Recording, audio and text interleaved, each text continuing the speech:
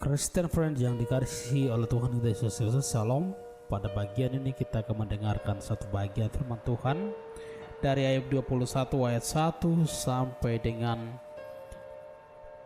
ayat 1 sampai dengan 34. Ini bicara tentang pendapat Ayub tentang kemujuran orang-orang fasik.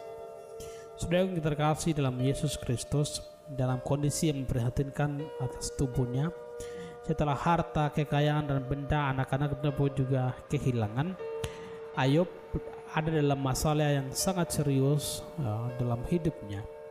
Bahkan saudara-saudara dan istrinya juga mengajak Ayub untuk meninggalkan Tuhan. Tetapi apa yang dilakukan oleh Ayub, saudara, dia tetap bertahan, beriman kepada Tuhan, dan apapun yang Tuhan lakukan dalam hidupnya adalah yang terbaik dalam hidup. Saudara-saudara yang terkasih dalam Yesus Kristus, dalam kondisi itu Ayub memberikan satu gambaran bahwa kemujuran, keberhasilan, kesuksesan orang-orang yang fasik itu seperti sekam.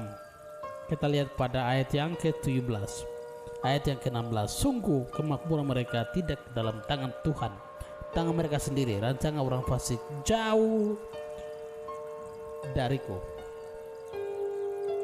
Dengar lagi ayat 18. Mereka menjadi seperti jerami di depan angin, seperti sekam yang diterbangkan badai. Saudara-saudara yang terkasih, kemujuran dan kesuksesan orang fasik itu seperti sekam atau seperti angin yang diterbangkan badai. Jadi itu hanya sementara. Itu pendapat saudara-saudaraku. Mereka pada awalnya hidup, mereka hidup dan bahkan menjadi tua dan bertambah kuat. Keturunan mereka bersama-sama dan anak cucu mereka diperhatikan mereka.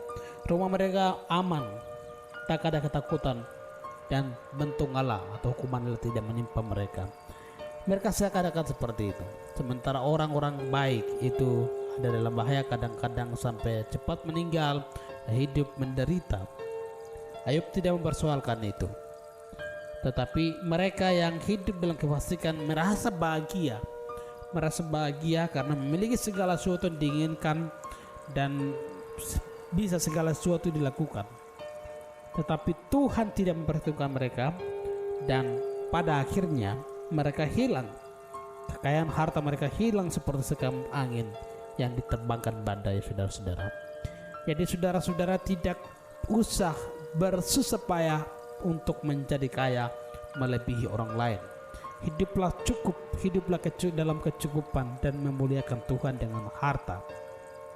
Kalau hidup dalam kecukupan, dan pasti Tuhan melimpahkan berkat-Nya dengan jerih lelah dan kerja keras kita.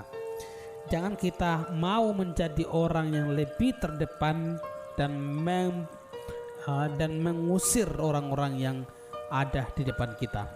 Usahakan kita menjadi orang yang bisa mensupport orang lain, memberikan motivasi yang baik kepada orang lain, dan biarlah setiap orang dalam hidupnya merasakan berkat dalam kecukupan. Itulah yang Ayub maksudkan. Jadi kalau hari ini kita mendapatkan penderitaan dan kita melihat orang lain hidup bahagia, kita justru harus hidup dalam kebahagiaan.